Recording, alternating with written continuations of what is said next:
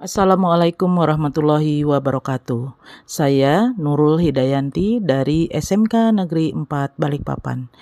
Best practice saya adalah penerapan pembelajaran berdiferensiasi, kolaborasi siswa berkebutuhan khusus dan umum. Peran Beko Susu. SMK Negeri 4 adalah sekolah bisnis dan pariwisata yang terdiri dari 4 jurusan: perhotelan, kuliner, tata busana, dan tata kecantikan. Latar belakang dari best practice ini adalah bahwa bahasa Inggris memiliki peran yang sangat penting dalam industri pariwisata. Beberapa alasan mengapa bahasa Inggris sangat diperlukan dalam industri pariwisata adalah komunikasi dengan wisatawan asing.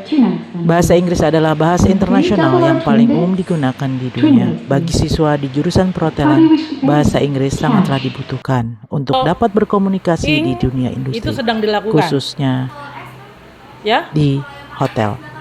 Pada saat proses pembelajaran bahasa Inggris terjadi beberapa kesalahan dalam pengucapan, Kalau past tense kata kerja keberapa? kelancaran, dan pemahaman tata bahasa. Hal ini terjadi karena siswa baru mengenal kata baru namun sangat kurang berarti dalam pengucapan bahasa Inggris yang benar. Pemahaman mengenai tata bahasa merupakan beban bagi siswa belajar bahasa Inggris sejak lama. Permasalahan yang siswa hadapi dalam belajar belum terakomodir, sehingga penguasaan untuk dapat berkomunikasi dalam bahasa Inggris belum tercapai. Tantangan dalam menerapkan pembelajaran berdiferensiasi dan kelas yang memiliki siswa berkebutuhan khusus adalah sebagai berikut. Yang pertama, siswa tidak memiliki motivasi yang kuat dalam usaha menguasai kecakapan komunikasi dalam bahasa Inggris. Kedua, siswa enggan berlatih dengan teman kelompoknya dengan sungguh-sungguh. Tiga, siswa sangat tergantung pada apa yang diberikan guru. Keempat, siswa umum tidak peduli dengan teman yang berkebutuhan khusus. Kelima, saya sebagai guru yang berfungsi sebagai fasilitator terus mencoba menemukan cara atau model pembelajaran yang tepat dan dapat mengakomodir situasi kelas agar dapat menemukan solusi terbaik dengan kondisi di atas. Aksi nyata. Capaian pembelajaran dari kompetensi di fase ini adalah dapat menggunakan bahasa Inggris sebagai bahasa komunikasi dalam pekerjaan sebagai hotelier. Praktik yang saya terapkan dalam pembelajaran adalah dengan menggunakan metode pembelajaran yang bervariasi. Langkah-langkah yang dilakukan untuk menghadapi tantangan tersebut adalah: pertama, saya melakukan pemetaan kesiapan belajar, minat, profil belajar, dan mengidentifikasi siswa berkebutuhan khusus dengan melakukan observasi dan identifikasi. Dengan melakukan wawancara baik dengan siswa maupun dengan pihak orang tua, mengisi kuesioner dan dibantu oleh guru bimbingan konseling untuk siswa berkebutuhan khusus. Saya memberikan tes awal kemampuan bahasa Inggris dengan tes listening, speaking, reading, dan writing. Setelah saya mengidentifikasi siswa mengenai kesiapan belajar, minat, dan profil mereka, saya membuat perencanaan dalam menyiapkan konten, metode pembelajaran, dan penilaian yang sesuai dengan kebutuhan siswa. Konten di sini adalah materi, topik, atau yang digunakan dalam proses pembelajaran.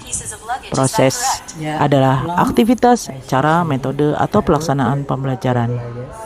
Assessment atau produk adalah karya atau segala sesuatu yang diciptakan, dihasilkan, dan dikreasikan oleh siswa pada pembelajaran yang dapat digunakan oleh guru sebagai salah satu assessment. Kemudian lingkungan belajar merupakan tempat dan sarana belajar yang dibutuhkan oleh siswa dalam kegiatan belajar mengajar. Ketiga, saya mengevaluasi dan merefleksi pembelajaran yang sudah berlangsung. Jika hasil pemetaan kita tidak akurat, maka rencana pembelajaran dan tindakan yang saya buat dan lakukan akan menjadi kurang tepat. Keempat, manajemen kelas yang efektif. Saya membuat prosedur, rutinitas, metode yang memungkinkan adanya fleksibilitas, namun juga struktur yang jelas, sehingga walaupun mungkin melakukan kegiatan yang berbeda, kelas tetap dapat berjalan secara efektif. Untuk mengakomodir siswa berkebutuhan khusus, saya memberikan ekstra waktu untuk berlatih bersama dengan rekan dekatnya dan dengan menggunakan bantuan aplikasi digital yang dinamakan Spell and Pronunciation yang didownload Audio, di HP mereka.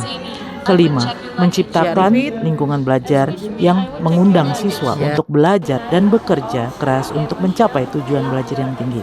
Kemudian, memastikan setiap siswa di kelasnya tahu bahwa akan selalu ada dukungan untuk mereka di sepanjang proses belajar mereka. Saya mendapatkan izin belajar di luar kelas, yaitu belajar langsung di lingkungan yang mendukung, seperti di Hotel Edotel SMK Negeri 4 Balikpapan. Yang keenam adalah saya melakukan penilaian dalam Assessment for Learning, penilaian yang dilakukan selama berlangsungnya proses pembelajaran dan digunakan sebagai dasar untuk melakukan perbaikan proses belajar mengajar, berfungsi sebagai penilaian formatif. Yang kedua, Assessment of Learning, penilaian yang dilaksanakan setelah proses pembelajaran selesai, berfungsi sebagai penilaian sumatif. Yang ketujuh, saya membuat grafik peningkatan hasil belajar dari strategi yang dilakukan. Refleksi hasil dan dampak. Dampak dari aksi yang dilaksanakan adalah siswa dapat berlatih lebih dari jadwal pembelajaran di kelas yang hanya berlangsung 2 kali seminggu. Hasilnya sangat efektif karena pada saat sesi refleksi, siswa memberikan kesan yang positif tentang manfaat belajar dengan menggunakan aplikasi digital. Siswa berkebutuhan khusus juga merasa ikut terlibat dan mempunyai kepercayaan diri bahwa mereka dapat berlatih dengan siswa umum lainnya. Mereka berlatih pengucapan dengan menggunakan aplikasi dan sangat terbantu dengan memberikan komentar mereka dari kuesioner yang saya berikan. Dampak dari kelas yang menerapkan pembelajaran berdiferensiasi antara lain. Setiap siswa merasa disambut dengan baik. Siswa dengan berbagai karakteristik merasa dihargai, merasa aman, ada harapan bagi pertumbuhan. Guru mengajar untuk mencapai kesuksesan, ada keadilan dalam bentuk nyata. Guru dan siswa dapat berkolaborasi.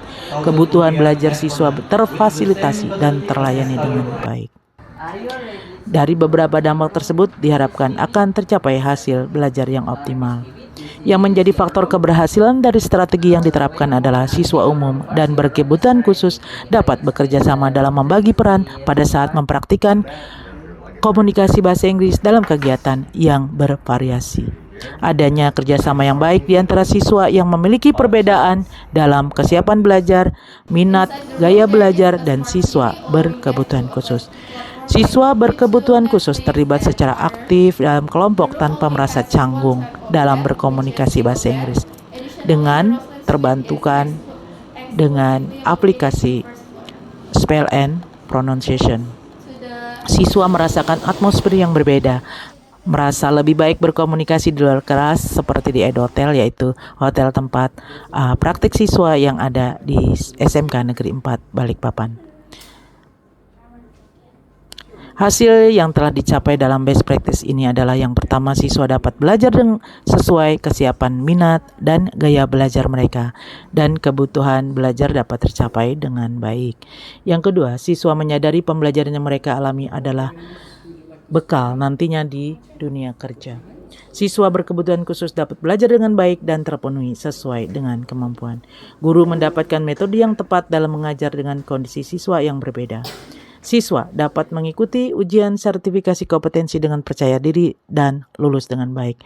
Guru dapat memberikan pemecahan masalah untuk kelas dengan kondisi yang sama dan membaginya dalam learning community, baik sesama guru di sekolah maupun sharing praktik baik di kegiatan MGMP. Pembelajaran berdiferensiasi ini adalah pembelajaran yang mengakomodir kebutuhan belajar siswa. Guru memfasilitasi siswa sesuai dengan kebutuhannya, karena setiap siswa mempunyai karakteristik yang berbeda, sehingga tidak dapat diberi perlakuan yang sama.